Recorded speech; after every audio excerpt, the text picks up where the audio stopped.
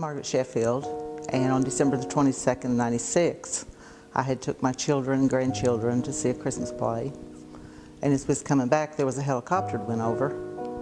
And so the kids, they was fascinated with helicopters, so they wanted to stop. So we went over to the hospital and we parked way back in the parking lot. And we'd sit there just for a few minutes. My niece coming running out of the hospital. And she was hollering, of course she called me sis, and she was hollering, sis, you know, she said, it's bad. This part gets hard. And she said, it was my brother. They'd been in a wreck, and she said it doesn't look good. And so there was 5 people that lost their life that day, or that night.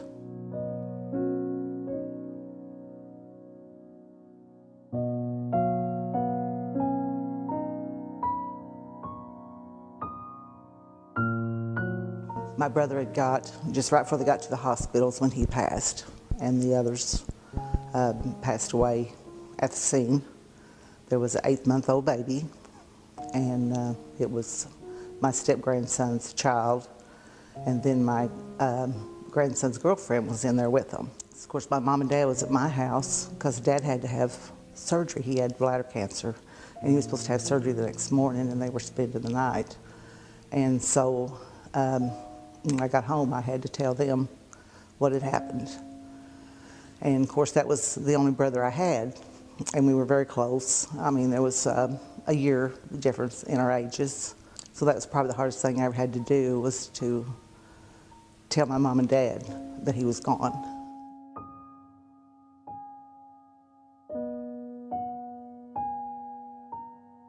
The night of the wreck, they was headed to Burnside. They was going to go see the lights that they always have every year. And when we went to the house, they had been to her family's Christmas get-together. And when we walked in, there was Christmas presents under the tree. And there was soup on the stove and a cake that they dropped off before they left. And so after all this had happened and everything, of course, it was like when I would be out, I would hear an ambulance, and I would start figuring out where all my children were at. I just had that fear all the time that I'd even make phone calls, and I'd check and say, I wouldn't let my children know. That's why I'd say, well, what are you doing? Just to know this is where they at. Or I'd say, well, this one's at work, this one's at school, and Chuck's at work.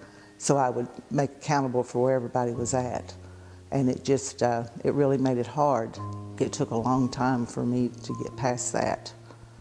And it even put a fear of me driving a lot of times, because I'm thinking how quick this can happen. And we don't need to take our family for granted. I guess a lot of times we do, because we don't really have the concept of how quick we can lose a family member, you know. And you're thinking, well, I should have done this, or I should have said that, you know. But it makes you want to hug them a little tighter, because they're so precious.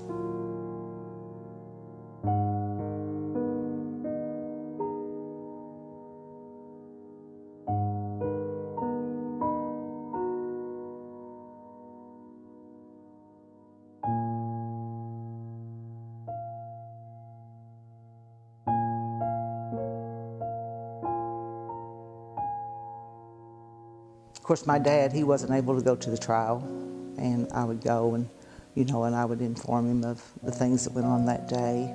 I felt like I had to be strong for them. And it's like I never had any hatred. It's like I wasn't mad. It was like I was hurt, you know, and there was such a sadness and an emptiness that was there.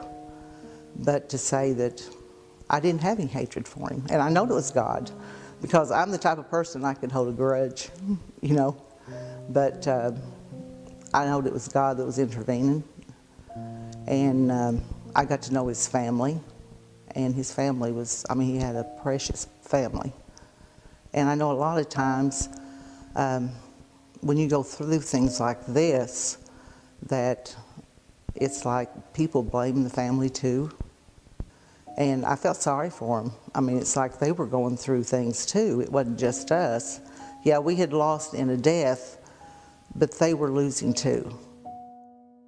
I guess from the Christian point of view, you realize that people can be so harsh at times. I mean, I just really, my heart went out to them too. It was a sad time for everyone.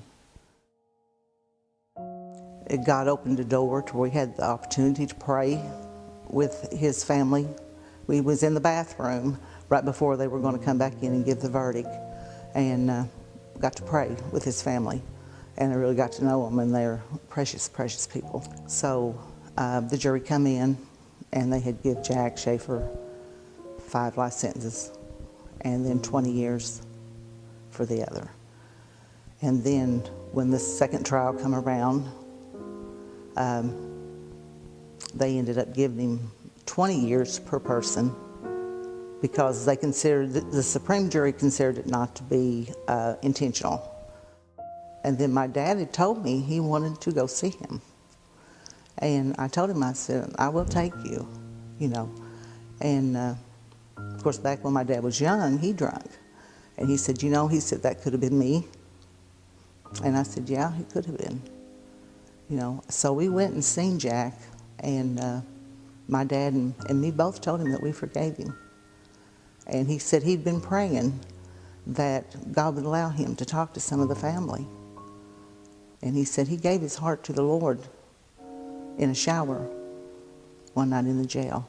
You know, and then there was, people would tell me how it changed their lives, of just, you know, everything that made them stop and think, just, you know, how precious life really was. But to me, to have an unforgiveness, it's like a cancer type, because it just eats at you. It doesn't hurt anyone else, it eats at you. And I'm like, Lord, don't let me ever have an unforgiveness, you know. And so we would write to each other all the time that he was in prison. We wrote to each other, and he told me there was another trial coming up. We went through 3 trials. So during that trial, he looked over at me and he asked me, he says, what do you want me to do? And I told him, I said, listen to the Lord. And they gave him 20 years. I guess people, I've had them come up to me, you know, and they'd talk about it, and I'd say, you know, we have forgave him, and I'd have them walk off from me. And the girl said, Mom, they walked off from you. And I'm like, that's okay. Because I know in my heart, God put that forgiveness within me, you know, and I have to be a witness as to what God wants me to do. You know, I answer for me. And I feel like that God has showed my children even forgiveness that, that only He can give. So, but he is out today, and he has called me, and we do talk on occasion. And he goes to different churches giving his testimony. He's got a powerful testimony. It's just God's love, you know, and I wanted to just be that light for the Lord, you know, and to show his family too that we can have a forgiveness within our heart that can come from the Lord, and it can only come from him. From the very beginning, it's like God gave me such a peace within.